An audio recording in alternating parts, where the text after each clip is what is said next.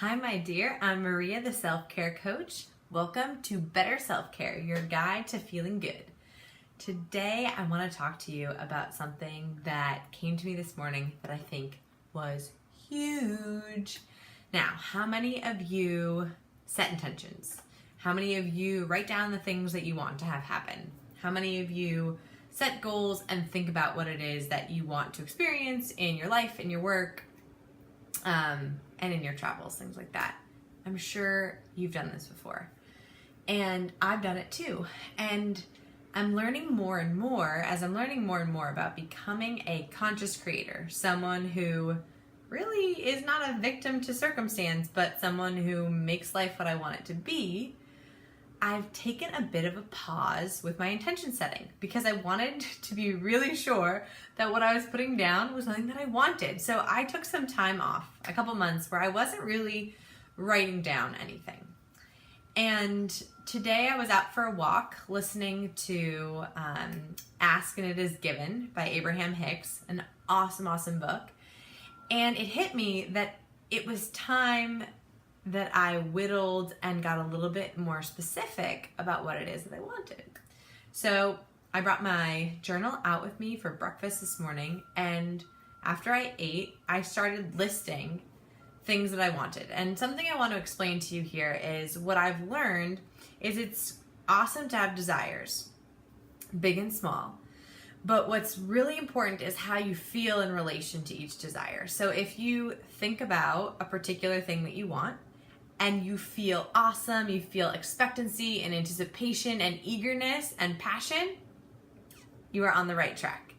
If you think about something you want and it makes you feel scared or like it's too big or like it's impossible, you're not going to be moving in the direction of that thing. So I decided that I wanted to sit down and be really deliberate about what I desired and then what it made me feel, and that I would hone so that everything that I wanted was something that I felt good about. If it was something like a house on the beach in San Diego, which is on there, it's like on the list. Right now, when I think about a house on the beach in San Diego, it doesn't really feel super possible. Just right now. I know that ultimately it's possible, but right now the feelings are a little wonky. So I made sure that I put down things that I could really get behind and feel good about. And that would be a stretch. That would be different from where I am. And I was just, as I did this, looking at a 3-month cycle. So in 3 months, where do I want to be? And I feel like we got a big gap closing opportunity when we do this. So I think if you just write your intentions down, your goals, things like that, you haven't done enough. Getting clear is a huge part of the equation, but it turns out that typically we're not really looking for the achievement of a thing or the attainment of a thing. We're looking for the way that is going to make us feel. So you haven't really closed the gap on your intention setting process until you have looked at those things that you put on your list that you feel really good about, that you can feel excited about, and you write down the ways in which you want to feel in relation to them. So I made a list of about 8 things that I wanted to see come to play by 90 days time. And then after I had written them, and I was super jazzed about them, I made sure they were things I was super jazzed about, I went back, made a new list. How will it make me feel when this has happened? So for each thing, I wrote down a couple words, and it was a really fun process because I could clearly connect with the emotion that I was searching for in searching for that item or that achievement. And I made a list of the ways that I wanted to feel. And I want to tell you why this is so important.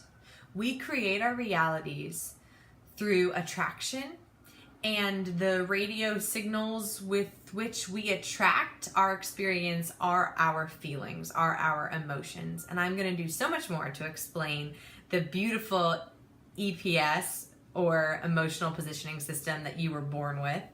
But just for right now, take me for my word that the way you feel every day creates your reality.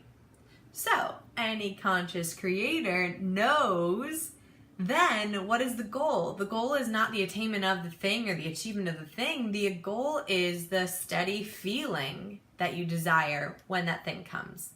Because here's how you reverse engineer reality. You get good at practicing, and it's a practice. You get good at practicing the feeling of thing that you desire, and universe has no option but to shape it up for you, to bring it to you. And we'll talk a lot more about this, as I said, but here's the deal. So you sit down, you write your intentions out for the next X amount of time. I did 3 months. You write down some things that you can feel really excited about, really good about. If it's a big stretch, keep it on a list for future, like beach house in San Diego, on the list for the future. It's not gone. It's just not my next logical step. So from there, I wrote down a little piece of paper. It's like a half of it. Well, it would be 4 1/4 by 11. And I said, I am a conscious creator, and today I choose to feel. And then boom, boom, boom, boom, boom. I listed out all the feelings. I kind of looked at all the feelings, listed the feelings that I made, and then I listed them out. And I taped it up next to my computer screen. And so I will take it and tell myself I am this. And it's not a bad idea. I'm going to make another list, the same words, and put it in the bathroom. Because anytime that you are reading something or telling something to yourself and looking into your own eyes in the mirror, it really helps to land it and ground it more than just looking at it next to your computer. So that's a helpful tip from my coach, Lynn Kirkham, about helping to reprogram.